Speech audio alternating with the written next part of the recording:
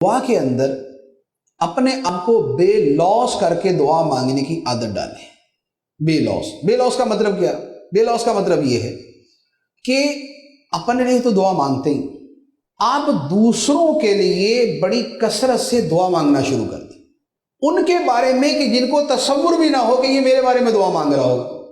اب یہ جو دوسروں کے لیے دعا ہوگی اور دوسرے کو یہ پتہ بھی نہیں ہے کہ ہم اس کے لیے دعا کر رہے ہیں، یہ دعا ہوگی بے لوس ہوگی۔ اس دعا کے اندر ہماری غرض نہیں ہے، ہمارا مفاد نہیں۔ جب دعا کے اندر یہ بے غرضی اور یہ اخلاص اور یہ اپنی نفی اور مفادات کی نفی ہونا شروع ہو جائے گی، تو پھر جو آپ اپنے لیے دعا مانگے وہ بھی قبول ہونا شروع ہو جائے گی۔ ایک بندہ تھا، اس کی دعائیں بڑی قبول ہوتی تھی، جو دعا مانگے قبول۔ اور بندہ عام سا، ایک تو ہوتا ہے نا بڑے کو علامہ صاحب ہیں، بڑے پیر صاحب ہیں، بڑے نیک ولی مشہور آدمی ہیں، تو چلے بعض لوگوں کی دعائیں قبول ہوتی ہیں، وہ ایک عام سا بندہ، زید عمر بکر سمجھ لیں آپ، کیونکہ دعا مانگے قبول ہو جائے۔ تو کسی نے اس سے پوچھا، یار تم ایسا کیا کرتے ہو بھائی کہ تمہاری ہر دعائیں قبول ہو جاتی؟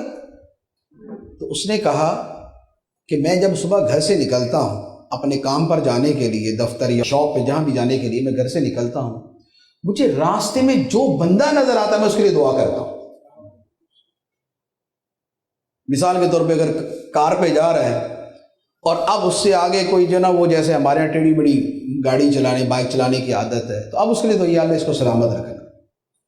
یہ کونے کے اوپر کو ٹھیلے والا کھڑا ہے، یا اللہ اس کا سارا ہی مال بک گیا آج، اس کے رزق کے اندر برکت ڈال دے۔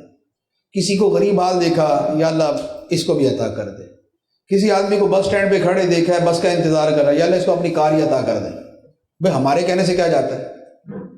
دینا تو اللہ تعالیٰ نے، اس کے خزانوں میں کمی نہیں ہے۔ تو لہٰذا اب آپ بے لوس ہو کے جب دعائیں شروع کر دیں گے تو جو آپ کی دعائیں اپنے بارے میں ہوں گی وہ بھی قبول ہونا شروع ہو جائیں گی۔ اور ایک بندے نے تو اتنی شاندار بات کی، اس نے تو اس سے بھی 2 قدم آگے کی بات کی کہ چلے یہ تو شاید ہم بھی صبح سے کر لیں کہ چلو یار دعا ہی کرنی ہے نا، ثواب کا ثواب ہے، عبادت کی عبادت ہے، اور ہمارے اپنی بھی قبول ہونا شروع ہو جائیں گی، تو تھوڑی سی یہ بھی ساتھ لگی ہوئی ہے۔ ایک بزرگ سے کسی نے پوچھا کہ حضور مجھے دعا کی قبولیت کا نسخہ بتائیں کہ میری دعائیں قبول ہو جائیں۔ فرمایا ٹھیک ہے، بڑا آسان سا نسخہ ہے، میری تو زندگی گزر گئی ہے ایسے ہی چل رہا ہے کام، کوئی دعا کوئی قبول تو ہوتی نہیں ہے۔ فرمایا نہیں، آپ آج سے شروع کرو، آج سے تمہاری دعائیں قبول ہونا شروع ہو جائیں گی۔ تو وہ کیا؟ اس بزرگ نے فرمایا کہ جو دعا تم اپنے لیے کرتے ہو، اپنے سے پہلے اپنے دشمن کے لیے کرنا، اپنے سے پہلے اپنے دشمن کے لیے کرنا، اس کے بعد اپنے لیے کرو گے تمہارے لیے بھی قبول ہو جائے گی۔ کیونکہ جب بندہ اس لیول پہ جاتا ہے نا تو یہ ولایت ہی ہوتی ہے۔ جب بندہ دشمنوں کے لیے بھی دعائیں کرنا شروع کر دے تو یہ پھر عام بندہ رہتا نہیں، یہ پھر ولایت کے حصوں میں سے اس کو حصہ ملتا ہے، پھر اس کی دعائیں بھی قبول ہونا شروع